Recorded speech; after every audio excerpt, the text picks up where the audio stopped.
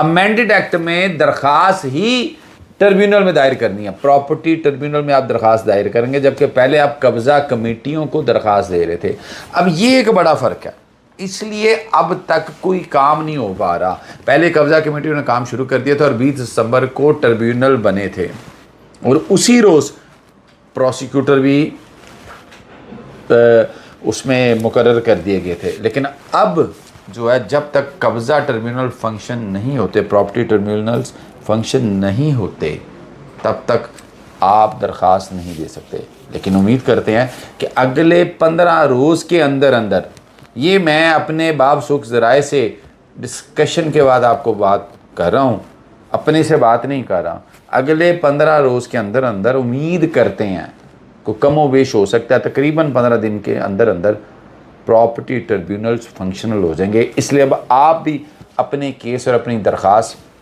فوری تیار کروائیں۔ اپنا خیال رکھیے گا، اللہ نگہبان۔